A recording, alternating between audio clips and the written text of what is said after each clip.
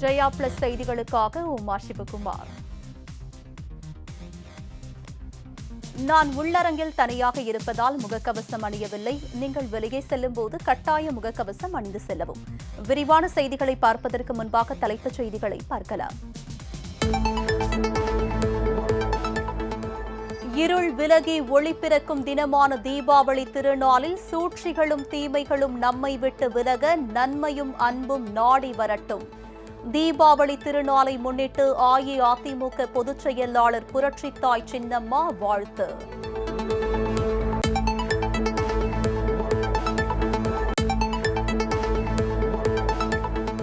விழுப்புரம் நகரத்தில் பட்டாசு கடைக்கு வட்டாட்சியர் சீல் வைத்ததை நீக்க கோரி வழக்கு. பட்டாசு கடை உரிமையாளர்கள் பாதுகாப்பு நடவடிக்கைகளை மேற்கொள்ள சென்னை உயர்நீதிமன்றம் உத்தரவு.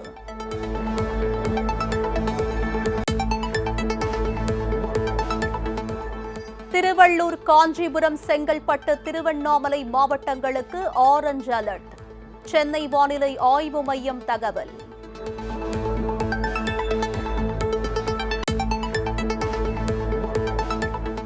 சென்னை உள்ளிட்ட 10 மாவட்டங்களில் இன்றும் நாளையும் கனமழை பெய்ய வாய்ப்பு. வானிலை ஆய்வு மையம் தகவல்.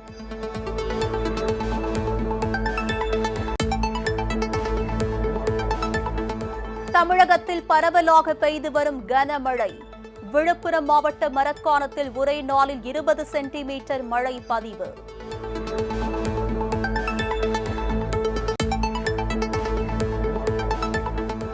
முல்லைப் பெரியாறு அணையில் தமிழ்நாட்டின் 126 ஆண்டு கால உரிமை பறிபோனதா?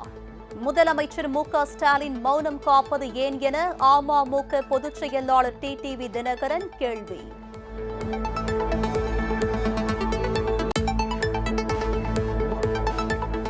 கேரள தங்க கடத்தல் வழக்கு. முக்கிய குற்றவாளி ஸ்வப்னா சுரேஷுக்கு கேரள உயர்நீதிமன்றம் ஜாமீன். விரிவான செய்திகள். தீபாவளி திருநாளையொட்டி அனைவருக்கும் வாழ்த்து தெரிவித்துள்ள அஇஅதிமுக பொதுச் செயலாளர் புரட்சித்தாய் சின்னம்மா, இருள் விலகி ஒளி பிறக்கும் தினமான தீபாவளி திருநாளில் சூழ்ச்சிகளும் தீமைகளும் நம்மை விட்டு விலக நன்மையும் அன்பும் நாடி வரட்டும் என்று தெரிவித்துள்ளார். தீபாவளி திருநாளையொட்டி அஇஅதிமுக பொதுச் செயலாளர் புரட்சித்தாய் சின்னம்மா வெளியிட்டுள்ள வாழ்த்துச் செய்தியில், இருள் விலகி ஒளி பிறக்கும் தினமாகவும் தீமைகள் அகன்று நன்மைகள் பிரகாசிக்கும் தினமாகவும் கொண்டாடப்படுகின்ற இந்த நன்னாளில் அனைவருக்கும் தமது இதயம் கனிந்த தீபாவளி நல்வாழ்த்துக்களை மகிழ்ச்சியுடன் தெரிவித்துக் கொள்வதாக குறிப்பிட்டுள்ளார். பெருந்தொற்றான கொரோனா என்னும் கொடிய நோயை வென்று மனித குலம் மீண்டும் புத்துயிர் பெற்று கொண்டாடும் வகையில் இந்த தீபாவளி திருநாளில் அனைவரும் கண்டிப்பாக முகக்கவசம் அணிவதுடன் தடுப்பூசியையும் தவறாமல் செலுத்திக் கொண்டு கவனமாக சந்தோஷத்துடன் இந்த தீப ஒளி திருநாளை கொண்டாட வேண்டுமாய் அன்போடு கேட்டுக்கொள்வதாக புரட்சித்தாய் சின்னம்மா தெரிவித்துள்ளார். நரகாசுரன் எனும் கொடிய அரக்கனை மகாலட்சுமி துணையுடன் திருமால் அழித்த தினமே தீபாவளி பண்டிகையாக கொண்டாடப்படுகிறது. இந்த திருநாளில் சூழ்ச்சிகளும் தீமைகளும் நம்மை விட்டு விலக நன்மையும் அன்பும் நாடி வர தீபாவளியை இன்பமாய் கொண்டாடுவோம் என குறிப்பிட்டுள்ளார். இந்த இனிய திருநாளில் நாடெங்கும் அன்பும் அமைதியும் தழைக்கட்டும், வேற்றுமை அகன்று ஒற்றுமை ஓங்கட்டும், அனைவரது வாழ்விலும் வளமும் நலமும் பெருகட்டும் என்று இறைவனை வேண்டி அனைவருக்கும் மீண்டும் ஒருமுறை தமது இனிய தீபாவளி நல்வாழ்த்துக்களை உரித்தாக்கிக் கொள்வதாக அஇஅதிமுக பொதுச் செயலாளர் புரட்சித்தாய் சின்னம்மா வாழ்த்துச் செய்தியில் தெரிவித்துள்ளார்.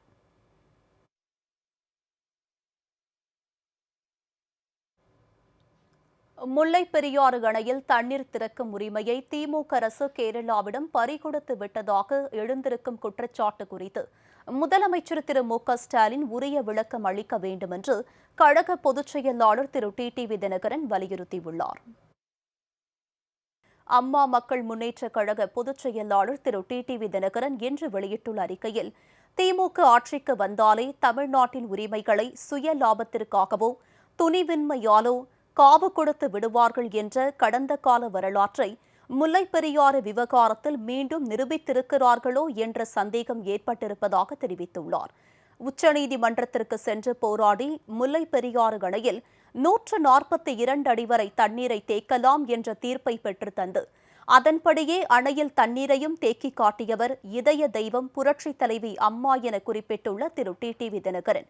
ஆனால் தற்போது நீர்மட்டம் 138 அடியை தாண்டிய உடனேயே கேரள அமைச்சர்களும் அம்மாநில அதிகாரிகளும் தமிழக அரசுக்கு தெரியாமலேயே முல்லை பெரியாறு அணையில் இருந்து கேரளாவுக்கு தண்ணீரை திறந்துவிட்டதாக வெளியாகியுள்ள செய்திகள் அதிர்ச்சியளிப்பதாகவும் தெரிவித்துள்ளார்.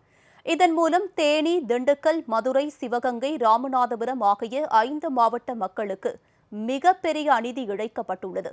இதுகுறித்து முதலமைச்சர் திரு மு.க.ஸ்டாலின் மௌனம் சாதிப்பது ஏன் என்றும் கேள்வி எழுப்பியுள்ளார். தமிழக அரசின் அனுமதி இல்லாமல் கேரள அதிகாரிகள் அவர்களுடைய மாநிலத்திற்கு தண்ணீரை திறந்துவிட்டது எப்படி? இதன் மூலம் அணை கட்டப்பட்டதில் இருந்து 126 ஆண்டுகளாக தமிழ்நாட்டிடம் இருந்த உரிமை பறிப்போய்விட்டதா என்று வினவியுள்ளார். உச்சநீதிமன்றத்தின் தீர்ப்பின்படி முல்லை பெரியாறு அணையில் 142 அடி தண்ணீரை தேக்குவதற்கு திமுக அரசுக்கு தடையாக இருப்பது எது?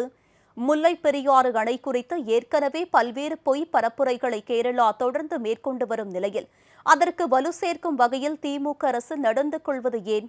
தமிழகத்தின் 5 மாவட்ட மக்களுக்காக கட்டப்பட்ட அணையில் இருந்து அவர்களது பயன்பாட்டிற்கான தண்ணீரை கேரளாவுக்கு திறந்துவிட வேண்டிய அவசியம் என்ன என்றும் திரு டிடிவி தினகரன் கேள்வி எழுப்பியுள்ளார். இதற்கு அனுமதித்த தவறை மூடி மறைக்க முயற்சிப்பதோடு அதனை நியாயப்படுத்தும் வகையில் தமிழக நீர்வளத்துறை அமைச்சர் பேசுவது தென் மாவட்ட மக்களுக்கு செய்யும் மிக பெரும் துரோகம் இல்லையா?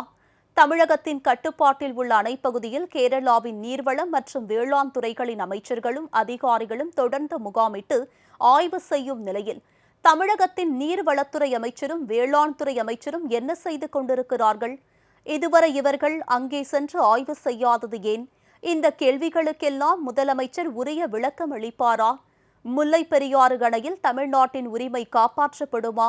இல்லை, தனது தந்தை கருணாநிதி காலத்தை போல தமிழகத்தின் உரிமையை பறிகொடுத்து விடுவாரா என்றும் திரு டிடிவி தினகரன் கேள்வி எழுப்பியுள்ளார்.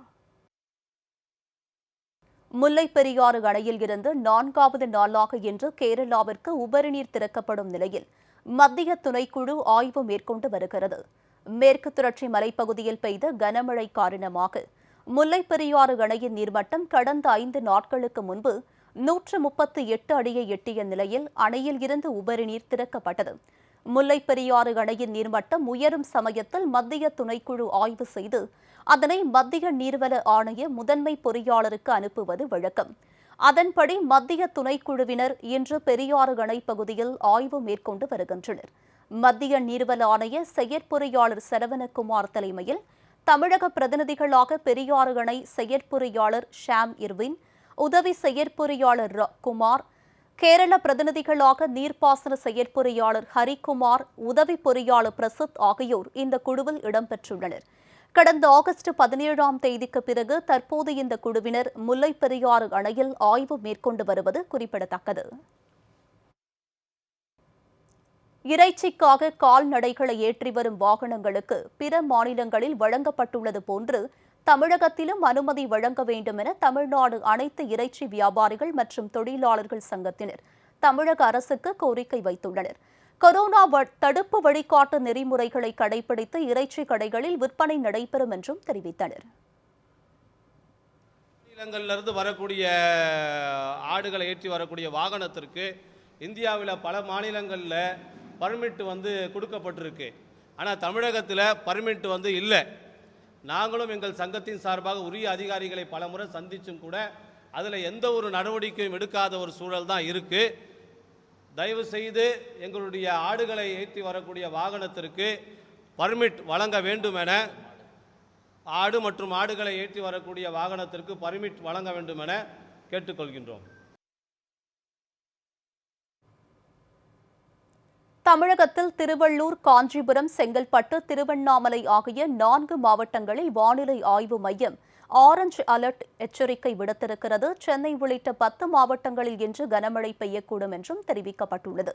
குமரிக்கடல் பகுதியில் நிலவும் குறைந்த காற்றழுத்த தாழ்வு பகுதி மேற்கு நோக்கி அடுத்த 24 மணி நேரத்தில் தென்கிழக்கு அரபிக்கடல் பகுதிக்கு நகரக்கூடும் என்று வானிலை மையம் தெரிவித்துள்ளது.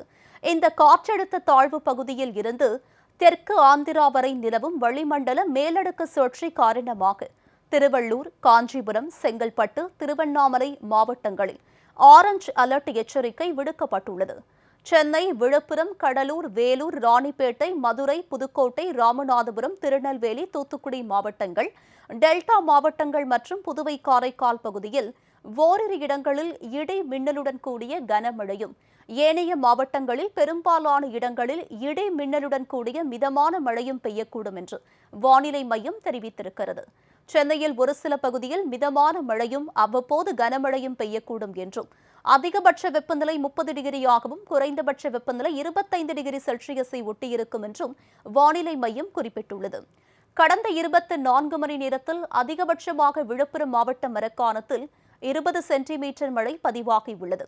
குமரிக்கடல் பகுதிகளில் இன்று சூறாவளி காற்று மணிக்கு 40 முதல் 50 கிலோமீட்டர் வேகத்தில் வீசக்கூடும். கேரள கடலோர பகுதிகள், லட்சத்தீவு மற்றும் தென்கிழக்கு அரபிக்கடல் பகுதிகளில் நாளை மறுநாள் சூறாவளி காற்று மணிக்கு 40 முதல் 50 கிலோமீட்டர் வேகத்தில் வீசக்கூடும். வரும் 5, 6ஆம் தேதிகளில் மத்திய கிழக்கு அரபிக்கடல் மற்றும் அதனை ஒட்டிய தென்கிழக்கு அரபிக்கடல் பகுதிகள், கர்நாடக கடலோர பகுதியில் சூறாவளி காற்று மணிக்கு 40 முதல் 50 கிலோமீட்டர் வேகத்தில் வீசக்கூடும். மீனவர்கள் இந்த பகுதிகளுக்கு செல்ல வேண்டாம் என்று வானிலை மையம் அறிவுறுத்தியிருக்கிறது.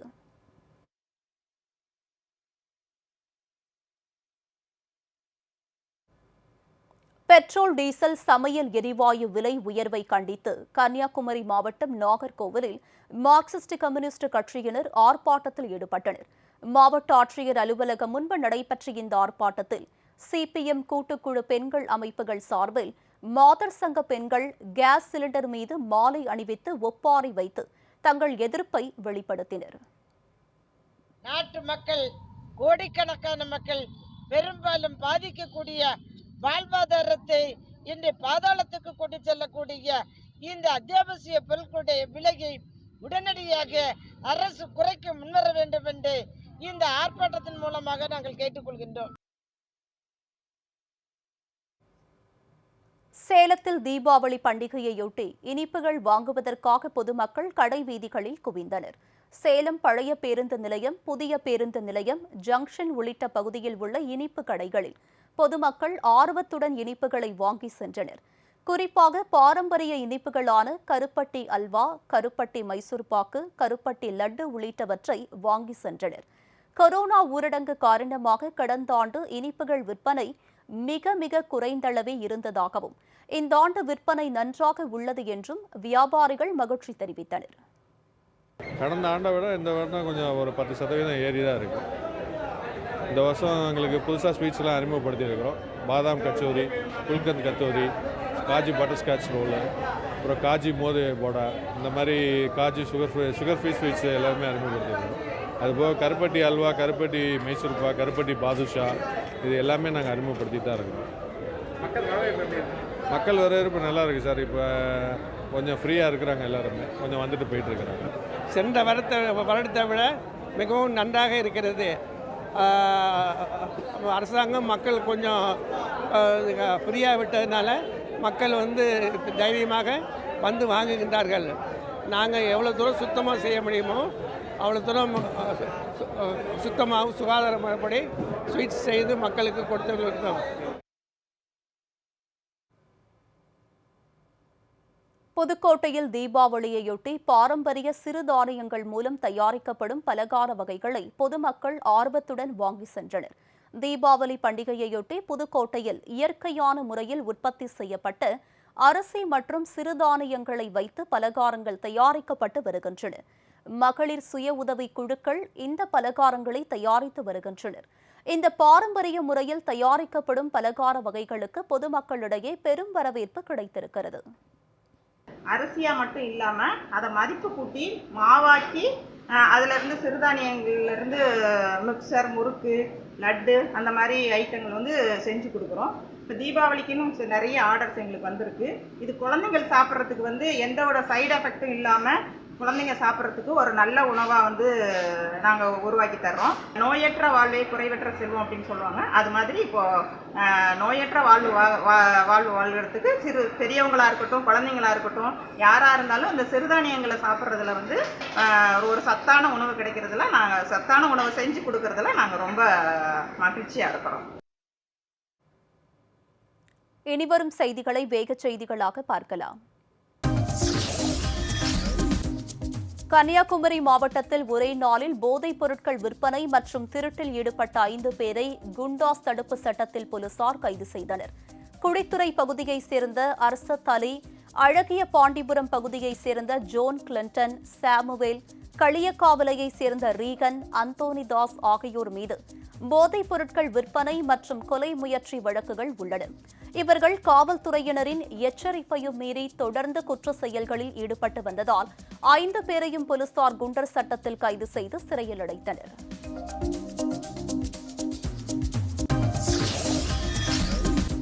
புதுச்சேரி தொடர் மழையால் மதகடிப்பட்டு மாட்டுச்சந்தை சேரும் சகதியுமாக காட்சியளிக்கிறது. மதகடிப்பட்டில் வாரந்தோறும் மாட்டுச்சந்தை நடைபெறுவது வழக்கம். இதற்காக பல்வேறு கிராமங்களில் இருந்து ஆயிரக்கணக்கான மக்கள் வருகை தருவார்கள். கடந்த 3 நாட்களாக தொடர் மழை காரணமாக இன்று நடைபெற்ற மாட்டுச்சந்தையில் குறைந்த எண்ணிக்கையில் மாடுகள் விற்பனைக்கு வந்தன. இதனால் வியாபாரிகள் ஏமாற்றத்துடன் திரும்பி சென்றனர்.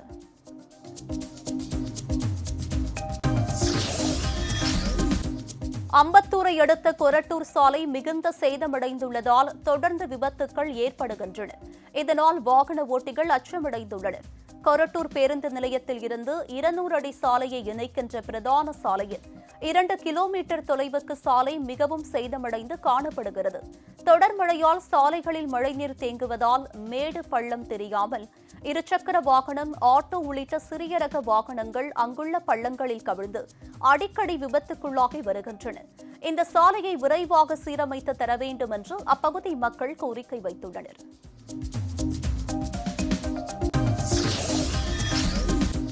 ₹20,000 மேல் நடைபெறும் பண பரிவர்த்தனைகள் வங்கிகள் மூலமாக நடைபெற வேண்டும் என தொடரப்பட்ட வழக்கில் வணிக வரித்துறை செயலாளர், பத்திரப்பதிவுத்துறை தலைவர் உள்ளிட்டோர் பதில் மனு தாக்கல் செய்ய உயர்நீதிமன்ற மதுரை கிளை உத்தரவிட்டுள்ளது. தூத்துக்குடி உடன்குடி பகுதியைச் சேர்ந்த சுப்பையா என்பவர் தாக்கல் செய்த மனுவை விசாரித்த நீதிபதிகள் துரைசுவாமி, முரளி சங்கர் ஆகியோர் மனுதாரரின் கோரிக்கை குறித்து வணிக வரித்துறை செயலாளர், பத்திரப்பதிவுத்துறை தலைவர் உள்ளிட்டோர் பதில் மனு தாக்கல் செய்ய உத்தரவிட்டனர்.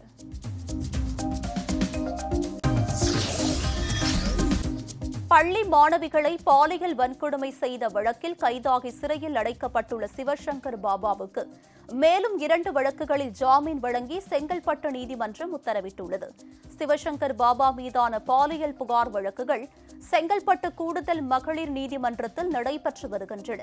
சிவசங்கர் பாபா மீது 2வது மற்றும் 3வது போக்சோ வழக்கில் ஜாமீன் வழங்கப்பட்டுள்ள நிலையில் மேலும் 2 வழக்குகளில் தற்போது ஜாமீன் வழங்கப்பட்டுள்ளது.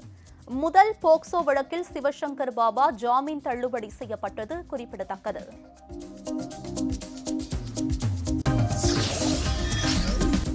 தீபாவளி பண்டிகையையொட்டி சிவகங்கை மாவட்டம் திருபுவனம் ஆட்டுச் சந்தையில் ₹1 கோடி வர்த்தகம் நடைபெற்றது. இன்று கூடிய சிறப்பு ஆட்டுச் சந்தைக்கு 3000க்கும் மேற்பட்ட விவசாயிகள் மற்றும் வியாபாரிகள் வந்திருந்தனர். 10 கிலோ எடை கொண்ட ஆடு ₹9,000 முதல் ₹10,000 வரை விற்பனை செய்யப்பட்டது. 10 கிலோ கொண்ட கிடாய் ₹10,000 முதல் ₹27,000 வரை விற்பனை செய்யப்பட்டது.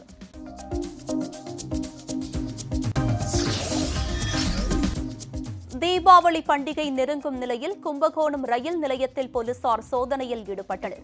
தீபாவளி பண்டிகைக்கு இன்னும் ஒரு தினமே உள்ள நிலையில் ரயில்கள் மற்றும் ரயில் நிலையங்களில் ரயில்வே பாதுகாப்பு படையினர் மற்றும் இருப்பு பாதை காவல்துறையினர் இணைந்து சோதனை நடத்தினர். பயணிகளின் உடைமைகள் மெட்டல் டிடெக்டர் மற்றும் மோப்ப நாய் உதவியுடன் சோதனை செய்யப்பட்டன.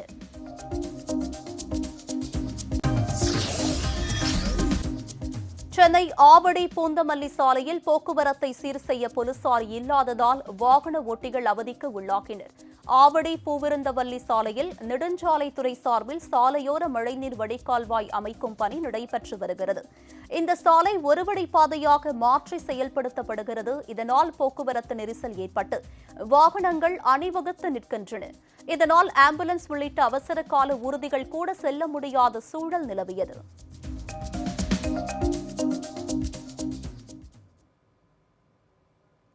திருப்பூர் மாநகர் தெற்கு மாவட்ட மாணவர் அணி செயலாளர் பொறுப்பில் இருந்து திரு எம்.ஜி. பிரேம்குமார் விடுவிக்கப்படுவதாக கழக பொதுச் செயலாளர் திரு டிடிவி தினகரன் அறிவித்துள்ளார். அம்மா மக்கள் முன்னேற்றக் கழக பொதுச் செயலாளர் திரு டிடிவி தினகரன் இன்று வெளியிட்டுள்ள அறிவிப்பில், திருப்பூர் மாநகர் தெற்கு மாவட்ட மாணவர் அணி செயலாளர் பொறுப்பில் இருந்து திரு எம்.ஜி. பிரேம்குமார் இன்று முதல் விடுவிக்கப்படுவதாக கழக பொதுச் செயலாளர் திரு டிடிவி தினகரன் அறிவித்துள்ளார்.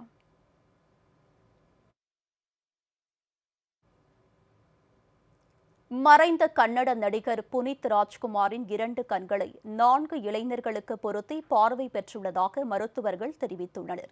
கன்னட முன்னணி நடிகர் புனித் ராஜ்குமார் கடந்த சில தினங்களுக்கு முன்பு மாரடைப்பால் காலமானார். அவருக்கு வயது 46. அவரது திடீர் மறைவு திரை உலகினரை பெரும் அதிர்ச்சிக்கு உள்ளாக்கியுள்ளது. புனித் ராஜ்குமார் தொண்டு நிறுவனங்கள், அறக்கட்டளைகள் நடத்தி அதன் மூலம் பல லட்சம் மக்களுக்கு உதவிகளை செய்துள்ளார்.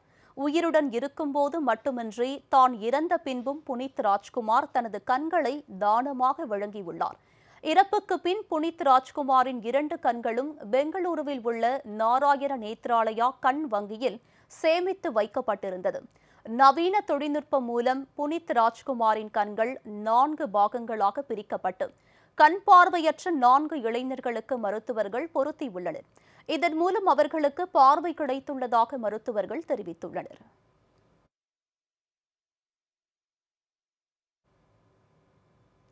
கள்ளக்குறிச்சி மாவட்டம் சங்கராபுரம் அருகே அரசு பேருந்து மீது பாமகவினர் கல்வீசி தாக்குதல் நடத்தியதில் பேருந்து கண்ணாடி உடைந்து ஓட்டுநர் உள்பட 2 பேர் காயமடைந்தனர்.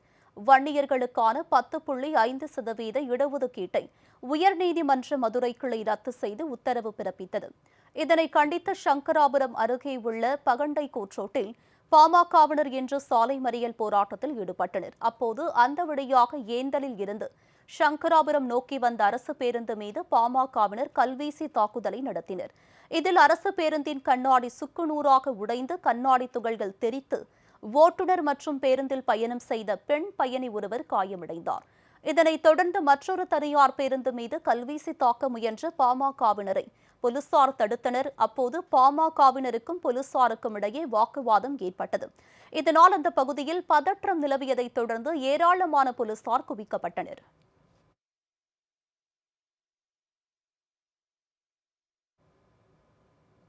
விழுப்புரம் மாவட்டம் மரக்காணம் அருகே கனமழையால் ஓங்கூர் ஆற்றில் வெள்ளப்பெருக்கு ஏற்பட்டு தரைப்பாலம் முழுகியது. போக்குவரத்து துண்டிக்கப்பட்டதால் 10க்கும் மேற்பட்ட கிராம மக்கள் பாதிக்கப்பட்டுள்ளனர். விழுப்புரம் மாவட்டத்தில் கடந்த 2 நாட்களாக தொடர்ந்து கனமழை பெய்து வருகிறது. மரக்காணம் மற்றும் அதனை சுற்றியுள்ள கிராமங்கள் முழுவதும் வெள்ளக்காடாக மாறியுள்ளன. ஓங்கூர் ஆற்றில் வெள்ளப்பெருக்கு ஏற்பட்டு தண்ணீர் ஆர்ப்பரித்து ஓடுகிறது. காணிமேடு மண்டகப்பட்டு இடையேயான தரைப்பாலம் வெள்ளத்தில் முழுகியது. வெள்ளப்பெருக்கால் போக்குவரத்து துண்டிக்கப்பட்டுள்ளது. காணிமேடு, குண்டு அகரம், மண்டகப்பட்டு, புதுப்பேட்டை, சூனாம்பேடு உள்ளிட்ட 10க்கும் மேற்பட்ட கிராமங்களைச் சேர்ந்த பொதுமக்கள் கடுமையாக பாதிக்கப்பட்டுள்ளனர்.